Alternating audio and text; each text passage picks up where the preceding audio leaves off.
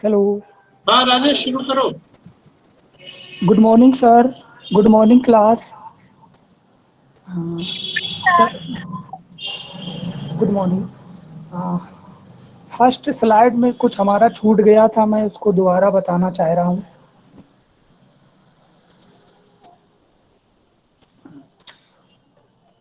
राष्ट्रीय पाठचर्या 2005 के विषय पर केंद्र कराते हुए एक महत्वपूर्ण दस्तावेज है। राष्ट्रीय पाठचर्या 2005 विषयों पर ध्यान केंद्र कराने हेतु एक अति महत्वपूर्ण दस्तावेज है। यह विद्यालय शिक्षा का अब तक का नवीनतम दस्तावेज है। यह चौथा दस्तावेज है जिसमें 180 पेज हैं। इसके अंतर्राष्ट्रीय स्तर के शिक्षाविदों, वैज्ञानिकों, विषय विशेषज्ञों व अध्यापकों ने मिलकर तैयार किया था। इसके बाद मानव विकास मंत्रालय की पहल पर प्रोफेसर यशपाल की अध्यक्षता में देश के चुने हुए 38 विद्वानों ने शिक्षा को नई राष्ट्रीय चुनौतियों के रूप में देखा था। अब हम बात करते हैं नेक्स्ट पॉइंट की, राष्ट्रीय पाठचर्या की रूपरेखा 2005 एनसीएफ के बारे में। राष्ट्रीय पाठचर्या की रूपरेखा 2005 के पूर्ववर्ती में 1975 एनसीएफ, 1988 और 2000 एनसीएफ में प्रकाशित हुए थे। अब हम बात करते हैं राष्ट्रीय पाठचर्या 1975 के बारे में। एनसीईआरटी ने 1975 में 10 वर्षीय शिक्षा की आधारभूत पाठचर्या तैयार करके राष्ट्रीय पटल पर रखा। राष्ट्रीय शिक्षा नीति 1986 में 10+2+3 की शिक्षा संरचना पूरे देश में लागू करने की घोषणा हुई थी। आगे चलकर पाठचर्या की सुधरी हुई रूपरेखा का प्रकाशन 1988 में प्रकाशित हुआ था।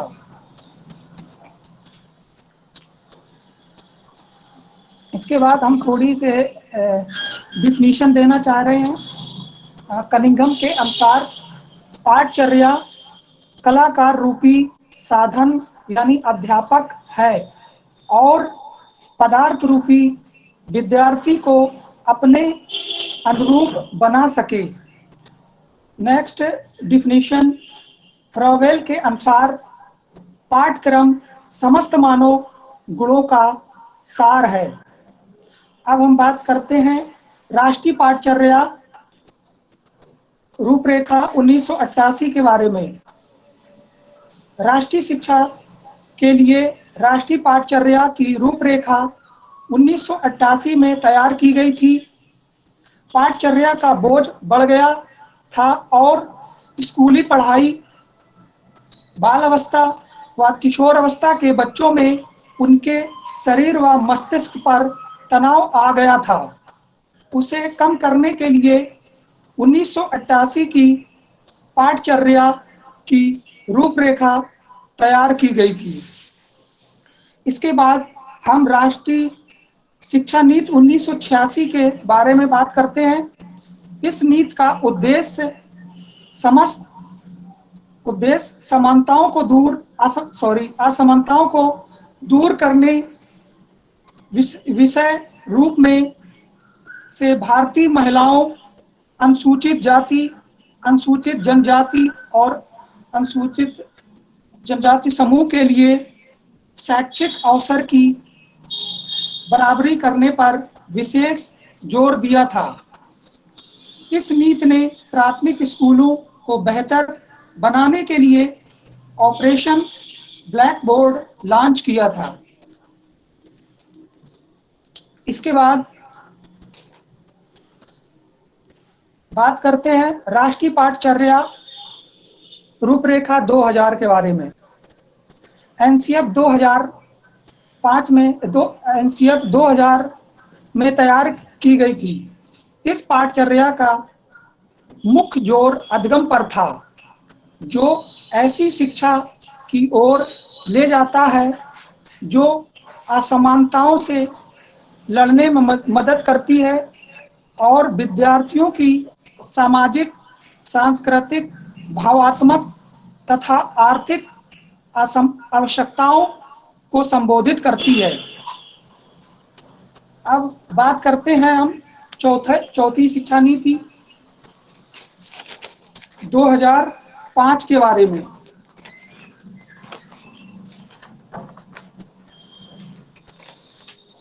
राष्ट्रीय पाठचर्या की रूपरेखा 2005 के बारे में बात करते हैं।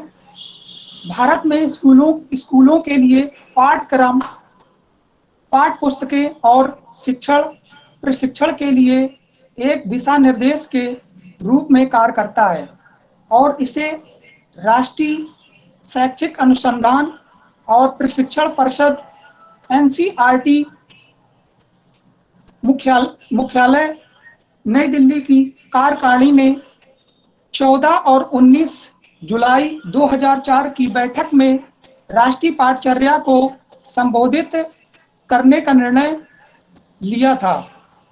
यह निर्णय मानव संसाधन विकास मंत्री द्वारा लोकसभा में दिए गए इस वक्तव्य के अनुसरण से लिया गया। परिषद को यह संशोधन करना 1993 की शिक्षा बिना बोझ के रपट की रोशनी में विद्यालय शिक्षा के लिए राष्ट्रीय पाठचर्या की रूपरेखा 2000 की समीक्षा करने की आवश्यकता व्यक्त की गई। अब हम नेक्स्ट स्लाइड 19 पे जाते हैं।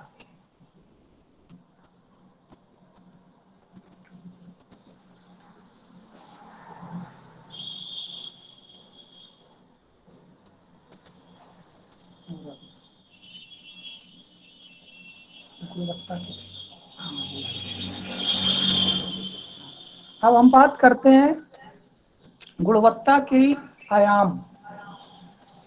जब व्यवस्था प्रत्येक बच्चे तक पहुंचने का प्रयास करती है तो गुणवत्ता का मुद्दा नई तरह की चुनौतियां प्रस्तुत करता है। जब हम व्यवस्था के बारे में प्रत्येक बच्चे तक पहुंचाने के लिए प्रयास करते हैं तो उसकी गुणवत्ता का मुद्दा नई चुनौतियां लेकर प्रस्तुत करता है। यह माना जाता है कि गुणवत्ता सुविधा का अनुसरण करती है। नेक्स्ट पॉइंट, सहभागिता पर आधारित लोकतंत्र के उस दर्शन से असंगत है। जो हमारी लोकतांत्रिक व्यवस्था है वो सहभागिता के दर्शन से अच्छी तरीके से मेल नहीं खाती है, जिसका व्यवहार भारतीय राजनीति क्षेत्र में राजनैतिक असर पड़ता है। नेक्स्ट पॉइंट, श्री JP नायक ने समानता गुणवत्ता परिणाम को भारतीय शिक्षा का दृष्टिकोण बताया था। JP नायक जी ने भारतीय शिक्षा की गुणवत्ता और परिणाम को समानता का गुण बताया था। नेक्स्ट पॉइंट, शिक्षा की कोई भी व्यवस्था अपने अध्यापक की श्रेष्ठता से ऊपर नहीं उठ सकती। कहने का तात्पर्य यह है कि अध्यापक की वह श्रेष्ठता जो कोई भी व्यवस्था उसको ऊपर नहीं उठा सकती है, और अध्यापक की श्रेष्ठता उसे चुनने के साधन, प्रशिक्षण प्रक्रिया, उत्तरदायित्व को सुरक्षित करने के लिए प्रयुक्त नीतियों पर निर्भर करती है। कहने का तात्पर्य यह है कि अध्यापक की जो श्रेष्ठता होती है वो प्रशिक्षण प्रक्रिया द्वारा और उसके दायित्वों और नीतियों को अच्छे से करने पर श्रेष्ठ की जा सकती है। नेक्स्ट पॉइंट, ज्ञान की प्रकृति और बच्चों के अपने स्वभाव के बारे में बताएं। बच्चों को प्रकृति और ज्ञान के बारे में अध्यापक को बताना चाहिए। स्कूल की प्रकृति और रवैया और तरीकों को भी आकार देना चाहिए। उस कहने का मतलब यह है कि अध्यापक को स्कूल के बारे में और स्कूल के वातावरण और उसके रवैया और तरीकों के बारे में अवगत विद्यार्थी को कराना चाहिए। जिन्हें अध्यापकों एवं पाठ्यक्रम तथा पाठ पुस्तकें तैयार करने वालों द्वारा उपयोग में लाया जा सकता है। कहने का तात्पर्य यह है कि जो भी पाठ्यक्रम पाठ पुस्तकें तैयार की जाती हैं वो एक उपयोगी अध्यापक के द्वारा ही पाठ्यक्रम को तैयार किया जाता है। अब बात हम करते हैं शिक्षा का सामाजिक संदर्भ के बारे में। शिक्षा व्यवस्था उन समाज से अलग अलग होकर काम नहीं करती। कोई भी शिक्षा व्यवस्था होगी जो समाज से होकर बिल्कुल कार्य नहीं कर सकती है, क्योंकि समाज और शिक्षा का घनिष्ठ संबंध है। शिक्षा वह एक भाग है जातिगत, आर्थिक व स्त्री पुरुष संबंधों का वंशानुक्रम एक सांस्कृतिक विभिन्नता है। कहने का आशय यह है कि जातिगत, आर्थिक दृष्टि से और स्त्री पुरुष के संबंधों का वंशानुक्रम के बारे में विभिन्नताएं इसमें दिखाई देती हैं। असमान विकास से जो भी भारतीय समाज की विशेषताएं हैं, भारतीय समाज में अनेक असमानताएं समाज में विद्यमान हैं। शिक्षा की प्रति और बच्चों में शिक्षक की सहभागिता प्रभावित करती है। इसमें शिक्षक का बच्चों के साथ होना बहुत ही आवश्यक है, और क्योंकि शिक्षक ही बच्चों को दिशा निर्देशक मार्ग देते हैं, इसलिए शिक्षक का होना बहुत ही इस अवस्था में आवश्यक है। नेक्स्ट पॉइंट, शहरी इलाकों में और अनेक गांव में स्कूली व्यवस्था स्वयं अनेक स्तरों पर बैठी है। कहने का तात्पर्य यह है कि जो शिक्षा है हमारी, वो शहरी इलाकों में और गांव के स्कूलों में दोनों स्तरों पर सभी के लिए आवश्यक है, और बच्चों के साधारण स्वरूप अलग अलग शैक्षिक अनुभव करते हैं। और इस शिक्षा व्यवस्था में बच्चे शहरी क्षेत्र के होते हैं और गांव क्षेत्र के होते हैं, तो इनकी शिक्षा का जो अनुभव होता है वो अलग अलग तरीके से उनको अनुभव प्राप्त होता है।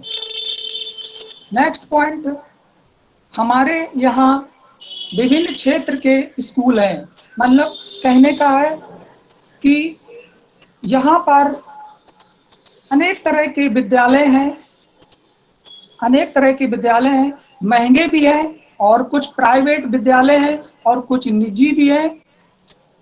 ये चुनिंदा समस्त अपने बच्चों को भेजते हैं। ये जो विद्यालय हैं शहरी और देहाती, ये सभी विद्यालय अपने बच्चों को शिक्षा ग्रहण करवाते हैं। नेक्स्ट पॉइंट, जिससे शिक्षा एक ऐसी गतिविधि बन जाती है शिक्षा एक ऐसी गतिविधि के रूप में विकसित होती है जिस पर सुविधा संपन्न लोगों का वर्चस्व यानी उनका वर्चस्व अधिक रहता है। शिक्षा पर जो धनवान व्यक्ति हैं उनका अस्तित्व ज्यादा शिक्षा पर रहता है। आबादी का बहुलवाद इसके दायरे में बाहर निकाल दिया जाता है। जो और आबादी अधिक से अधिक बार जो है उसको उस तरीके से सुविधाएं नहीं मिल पाती हैं। नेक्स्ट पॉइंट, पाठचर्या की रूपरेखा द्वारा परिकल्प व्यवहार दोनों रूपों से संबंधित किया जा सकता है। पाठचर्या की रूपरेखा में परिकल्प और व्यवहार से संबंधित पाठचर्या को इन दोनों से संबंधित किया जा सकता है। मार्गदर्शक सिद्धांत पर विमर्श में इन चुनौतियों की ओर ध्यान आकर्षित किया जाता है। जो हमारे मार्गदर्शक हैं इसके बारे में विमर्श किया जाता है और चुनौतियों की ओर ध्यान आकर्षित करने के लिए अध्यापक को दिशा निर्देश बच्चों को दिए जाते हैं। नेक्स्ट पॉइंट, हेडिंग शिक्षा के लक्ष्य। शिक्षा के लक्ष्य में व्यापक दिशा निर्देश हैं। जो शिक्षा हमारी है उसमें बहुत दिशा निर्देश शिक्षा के बारे में दिए जाते हैं जो शैक्षिक परीक्षाओं को तय किए आदेशों और स्वीकृति सिद्धांतों से संभावित बिठाने में मदद मिलती है। शैक्षिक परीक्षाओं के जो हमारी शिक्षा व्यवस्था है वो शैक्षिक परीक्षाओं को तय करने में और उन्हें आदेश करने में स्वीकृति देती है। संभावित बिठाने में और जो भी संभावना होती है और जो भी कमियां होती है उन कमियों को पूरा करने में मदद करती है। शिक्षा के लक्ष्य समाज की मौजूदा महत्वपूर्ण आकांक्षाओं के साथ साथ शाश्वत मूल्य। शिक्षा की जो समाज में मौजूदा परिस्थिति है वो आकांक्षाओं के साथ साथ शाश्वत मूल्यों तथा समाज की तत्कालिक जो सरकारें बृहद व माननीय आदर्शों को प्रतिबिंबित करती है। नेक्स्ट पॉइंट, स्कूल कक्षा और संबंध। स्कूल और कक्षा का संबंध शैक्षिक सत्र दरअसल से वे स्थान हैं जहां शिक्षा की व्यवस्था सर्वाधिक महत्वपूर्ण रूप से की जाती है। शैक्षिक क्रियाकलाप और शिक्षा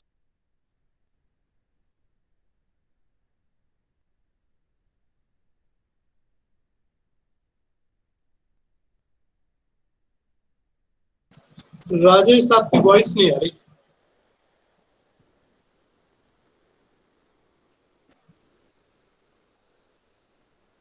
राजेश,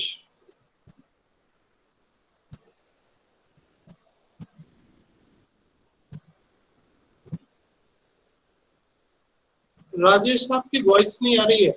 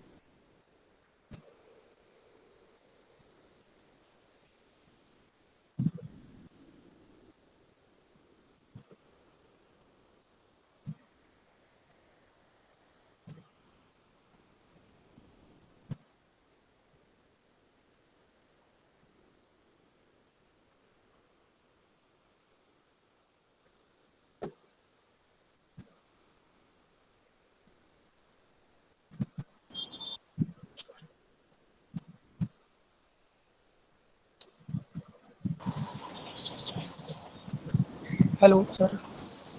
हाँ राजेश, कंटिन्यू सर करो, आवाज नहीं कंटिन्यू। आ रही थी आपकी। Okay sir.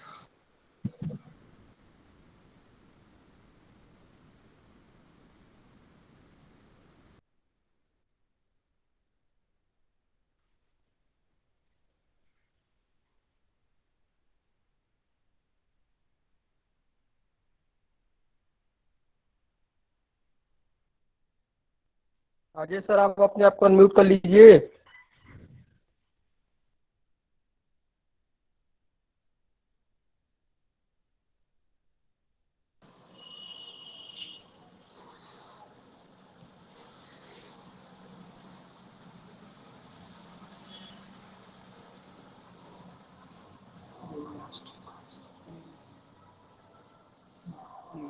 शिक्षा के लक्ष्य।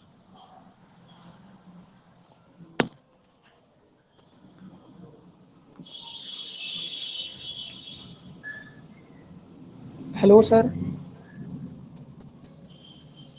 आवाज आ रही सर? यस सर, आ रही है।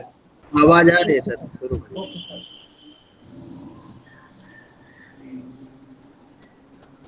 हम नेक्स्ट पॉइंट के बारे में बात करते हैं। यही वह यही वह है कि शिक्षा को कम करने की आर्थिक प्रक्रिया व सामाजिक बदलाव में हिस्सा लेने की सामर्थ्य को विकसित करना चाहिए। यही वह वजह है कि जो शिक्षा को कम करने की आर्थिक प्रक्रिया, मतलब कहने का यह है कि शिक्षा में आर्थिक कमी के कारण बच्चे शिक्षा से वंचित रह जाते हैं और समाज में इनका बदलाव नहीं हो पाता है। समर्थ को विकसित करना चाहिए और इसके द्वारा विद्यार्थियों को अपनी समर्थ को विकसित करना चाहिए। केवल कार ही सामाजिक मनोवृत्ति की रचना कर सकते हैं। समाज ही केवल मनोवृत्ति की रचना कर सकती है। सुंदर व कला है। कला के विभिन्न रूपों को समझना व उनका आनंद उठाना मानव जीवन का अभिन्न अंग है। शिक्षा में सुंदर कला, विभिन्न रूपों को समझना और जीवन में आनंद उठाना जीवन का यही सबसे महत्वपूर्ण अभिन्न अंग है। और हमारा टॉपिक समाप्त हो गया। और जिस जो भी आप लोगों की क्यूरी हो या जो भी सजेशन देना चाहते हो आप लोग दे सकते हैं। Okay, thank you.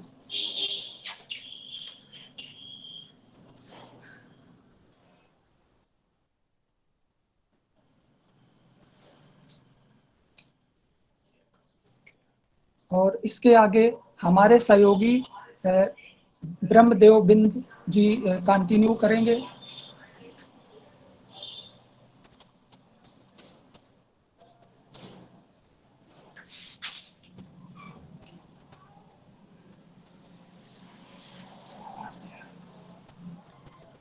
हेलो।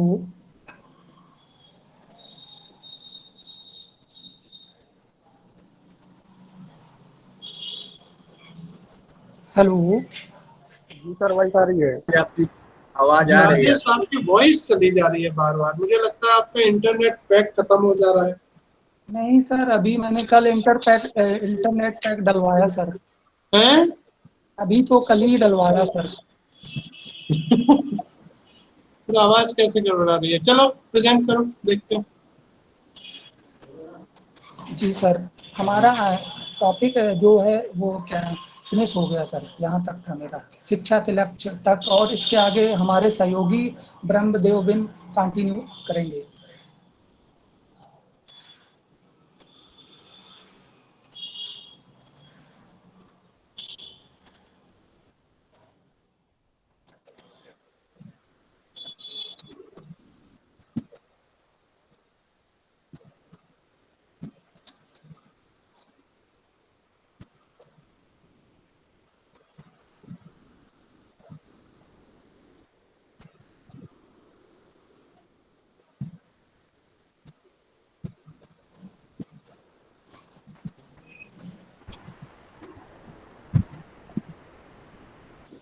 किसका है? सर मेरा है। तो चलो सब इसको आप बंद करो, अपनी स्लाइड शेयर बंद करो राजेश। जी सर।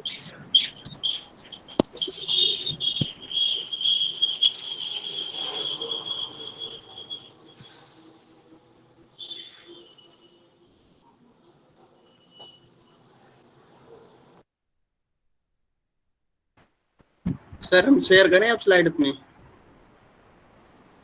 करो।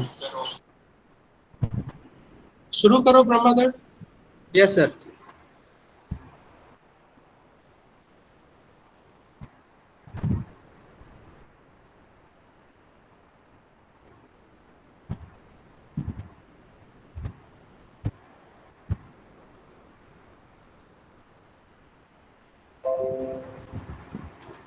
सर स्क्रीन दिख रही है?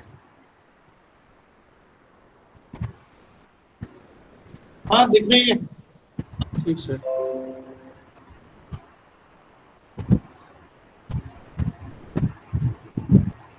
सर स्लाइड दिख रही है?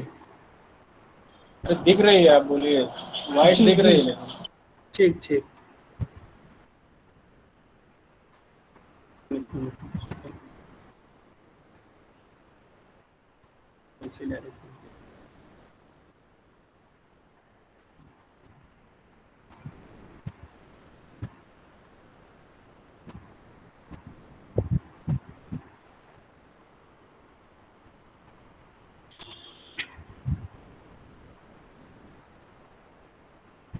जैसा कि अभी राजेश सर पढ़ा रहे थे, तो उसके आगे मेरा है, कंटिन्यू हम करेंगे इस पे।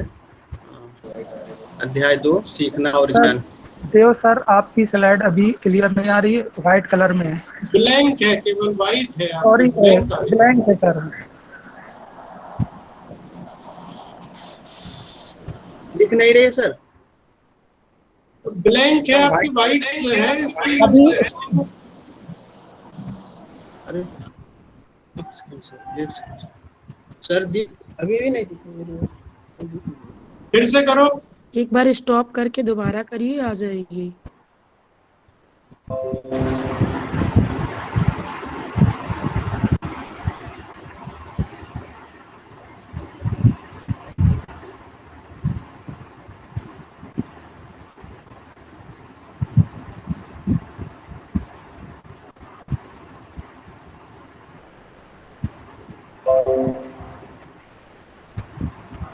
दिख रही है सर? जी सर। हाँ हाँ, दिख रही है। करो। दिख रही है। ठीक सर। जैसा कि हमारा अध्याय 2 है ज्ञान और सीखना, इसमें हम पहले समझने की कोशिश करते हैं ज्ञान और सीखना और ज्ञान क्या होता है। तो पहले हम ये समझते हैं कि सीखना क्या है। जैसे कि हम जानते हैं कि सीखना एक जीवन पर्यंत चलने वाली प्रक्रिया है। बच्चा जब से जन्म लेता है और जब तक मृत्यु को प्राप्त नहीं हो जाता, तब तक कुछ न कुछ सीखता रहता है, अपने समाज से, स्कूल से, अपने वातावरण से, सब कुछ, मतलब जीवन भर कुछ न कुछ सीखता रहता है। और ज्ञान ज्ञान का मतलब होता है कि जो बच्चा सीख रहा है उसका अपने जीवन में किस प्रकार उपयोग करता है, वो ज्ञान होता है। सीखी हुई चीजों का अपने जीवन में उपयोग करना ज्ञान होता है। तो अब हम थोड़ा समझेंगे कि सीखना और ज्ञान क्या है। इस अध्याय में सीखने और ज्ञान पे ज्यादा जोर दिया गया है। कहने का तात्पर्य यहाँ है कि बच्चे को स्वाभाविक रूप से सीखने वाले की तरह पहचानने की आवश्यकता होती है, और बच्चों को अपनी गतिविधि के फलस्वरूप पैदा होने वाले ज्ञान को स्थापित करता है।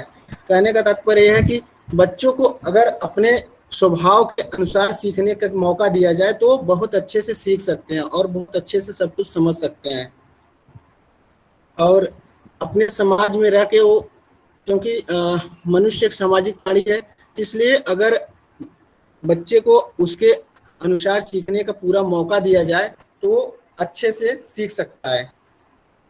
हम देखते हैं कि बच्चा जब स्कूल में होता है तो उसके अंदर एक ऐसा लगता है जैसे एक बंधन में बंधा हुआ है, अनुशासन में है, नियमों के बंधनों से एकदम ग्रस्त है। और वही बच्चा जब बाहर विद्यालय के बाहर होता है तो उसके अंदर एक अलग तरीके की जिज्ञासा होती है, हर चीज को समझने की, सोचने की क्षमता बढ़ जाती है और वो चीजों को बहुत अच्छे से सीखने की कोशिश करता है। और बाहर देखते हैं हम कि बच्चा जो है अपने समाज में रहता है तो लोगों से उसके जो इंटरेक्शन होता है अच्छे से कर पाता है। और विद्यालय में क्या है कि वो अध्यापक के सामने अपने आप को सही तरीके से प्रेजेंट नहीं कर पाता है। और इसलिए बच्चे को अपने स्वाभाविक रूप से सीखने पे इस पे ज्यादा जोर दिया गया है।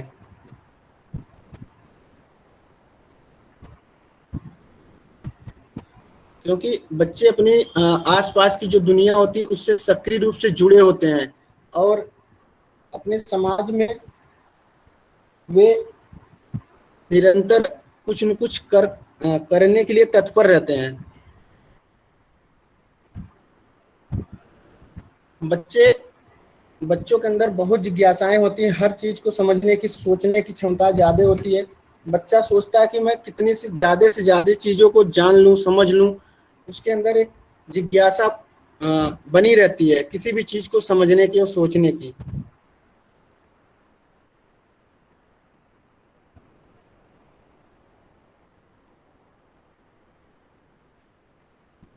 क्योंकि जो बचपन होता है वो निरंतर विकास की प्रक्रिया पे होता है, क्योंकि इस समय में बच्चे का जो शारीरिक विकास होता है और मानसिक विकास होता है बहुत तेजी से होता है। इसलिए बच्चे को अपने स्वाभाविक रूप से सीखने पे बल देना चाहिए और उसके ऊपर किसी भी प्रकार का कोई दबाव नहीं रखना चाहिए, चाहे विद्यालय हो, चाहे बाहर हो, चाहे घर परिवार में हो। इसलिए बच्चों को मतलब आज़ादी के साथ सीखने का पूरा मौका देना चाहिए।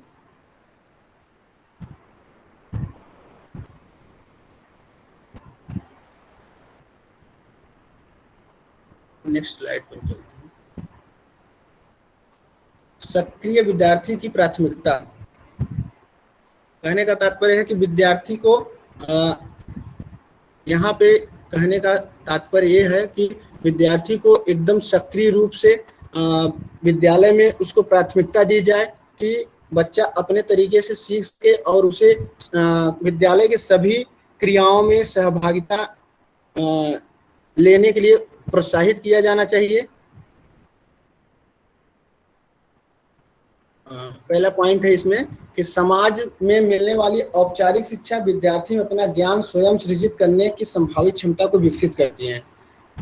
जैसा कि हम जानते हैं कि समाज से और घर परिवार से और अपने आस पड़ोस, अपने वातावरण से बच्चे को जो ज्ञान प्राप्त होता है उसके अंदर एक क्षमता को विकसित करती है कि वो कुछ अच्छा कर सके। और उसे ऐसा करने से अगर उसको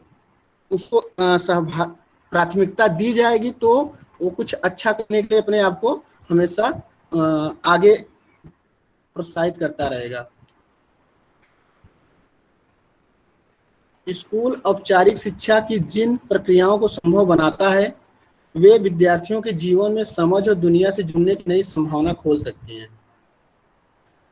स्कूल औपचारिक शिक्षा की जिन प्रक्रियाओं को संभव बनाता है, कहने का तात्पर्य है कि स्कूली ज्ञान जो होता है उस ज्ञान के माध्यम से जो बालक है या विद्यार्थी है उसके अंदर एक समझ विकसित होती है जिससे वह दुनिया से जुड़ने में, जो समाज है हमारा उससे जुड़ने में अपने आप को एक सक्षम बनाने, मतलब दुनिया से जुड़ने में सक्षम बना सकता है अपने आप को।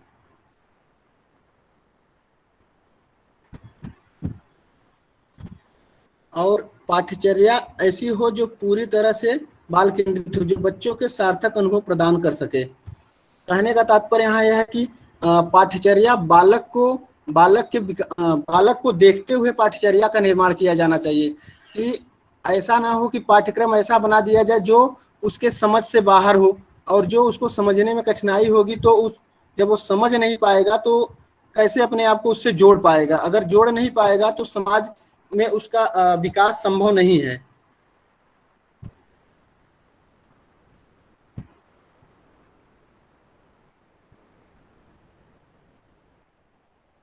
विद्यार्थी को संदर्भ में रखना। कहने का तात्पर्य यह है कि हमारी पाठ्यचर्या ऐसी हो कि विद्यार्थी को ध्यान में रखते हुए किसी भी पाठ्यचर्या का निर्माण किया जाना चाहिए।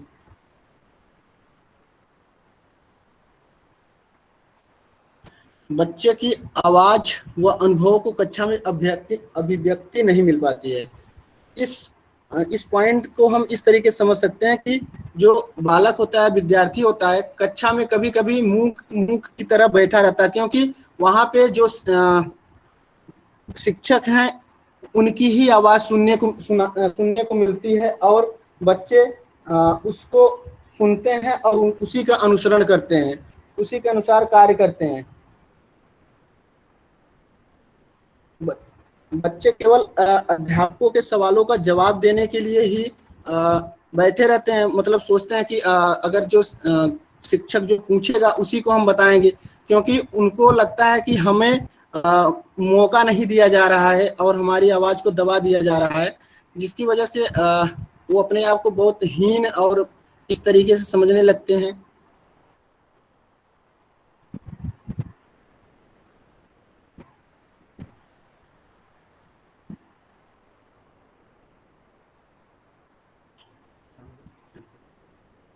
शारीरिक दंडों के विरुद्ध कड़ा रुख अपनाने की जरूरत है।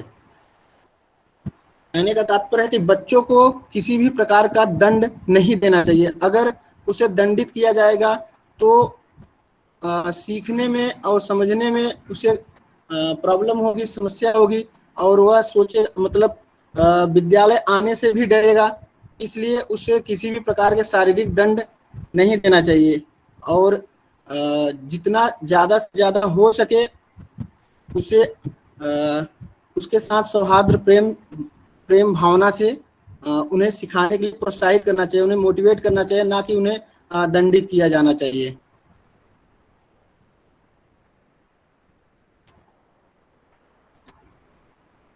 विकास और सीखना।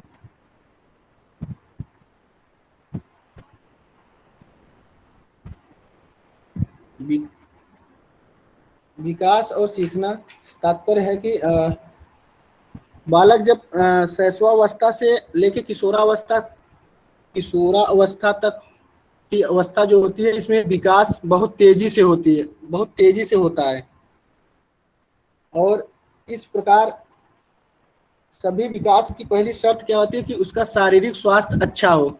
और क्योंकि अगर शारीरिक स्वास्थ्य अच्छा नहीं होगा तो उसे सीखने में किसी भी प्रकार की रुचि नहीं उत्पन्न होगी। अगर बालक का शारीरिक स्वास्थ्य ठीक नहीं रहेगा तो ना वो विद्यालय जा सकेगा और ना ही किसी भी प्रक्रियाओं में भाग ले सकेगा।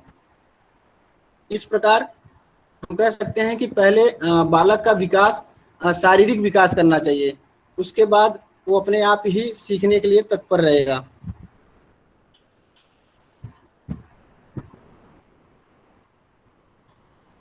सभी बच्चों को स्वस्थ शारीरिक विकास की सभी प्रकार की पहली शर्त है। मतलब कहने का तात्पर्य यह है कि बच्चों को स्वस्थ शारीरिक विकास, जितने भी शर्तें होती हैं, पहले उन शर्तों में सबसे मुख्य शर्त यही है कि बच्चों का शारीरिक विकास हो। अगर शारीरिक विकास होगा तभी जाके बच्चों का मानसिक विकास हो सकेगा। अगर शरीर ही स्वस्थ नहीं होगा तो मानसिक विकास संभव नहीं है, क्योंकि स्वस्थ शरीर में ही स्वस्थ मस्तिष्क का वास होता है। अगर शरीर ही स्वस्थ नहीं होगा तो वहाँ पे मस्तिष्क कैसे स्वस्थ हो सकता है, कैसे उसका मानसिक विकास हो सकता है।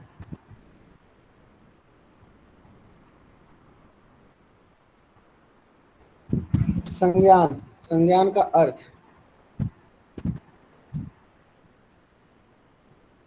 संज्ञान का अर्थ है कर्म और भाषा के माध्यम से स्वयं और दुनिया को समझना।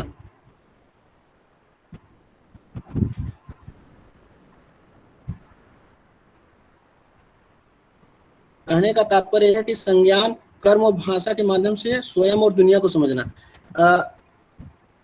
किसी भी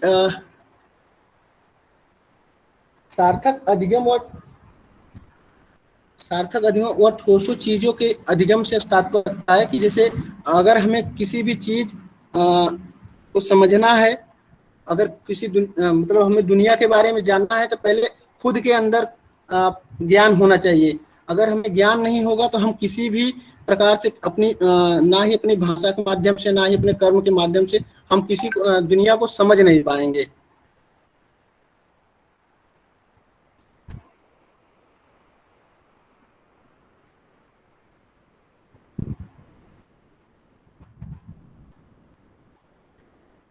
सभी बच्चे स्वभाव से ही सीखने के लिए प्रेरित रहते हैं और उनमें सीखने की क्षमता होती है। इस पॉइंट का मतलब, इसका तात्पर्य है कि सभी बच्चे स्वभाव से ही सीखने के लिए प्रेरित रहते हैं। बच्चे अपने आप से ही मोटिवेट रहते हैं सीखने के लिए। अगर उन्हें पूरी आज़ादी दी जाए सही तरीके से सीखने के लिए, तो अपने हिसाब से वो सीखें तो अच्छा सीख पाएंगे। अगर उनके ऊपर किसी भी प्रकार का दबाव ना हो, किसी भी प्रकार की कोई समस्या उनको न मतलब किसी भी नियम में ना बांधे जाए, कोई अनुशासन उनके ऊपर ना लगाया जाए, तो अपने हिसाब से अच्छे से सीख पाएंगे, क्योंकि बच्चों में सीखने की क्षमता बहुत होती है। नेक्स्ट पॉइंट हमारा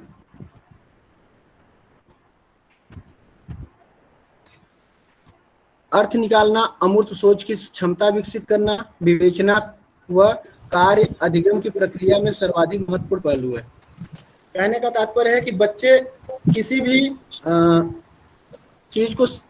चीज को सीखते हैं तो उसके अनुसार अपना अर्थ भी निकाल लेते हैं और उसके बारे में अमूर्त सोच बोले तो कहने का तात्पर्य है कि अमूर्त सोच की क्षमता भी विकसित कर लेते हैं, क्योंकि उसके बारे में वो आध्यात्मिक रूप से सोचने लगते हैं उसके विषय में। ये आवाज नहीं आ रही है सर? ब्रह्मदेव आ रही है आवाज? अच्छा ठीक है।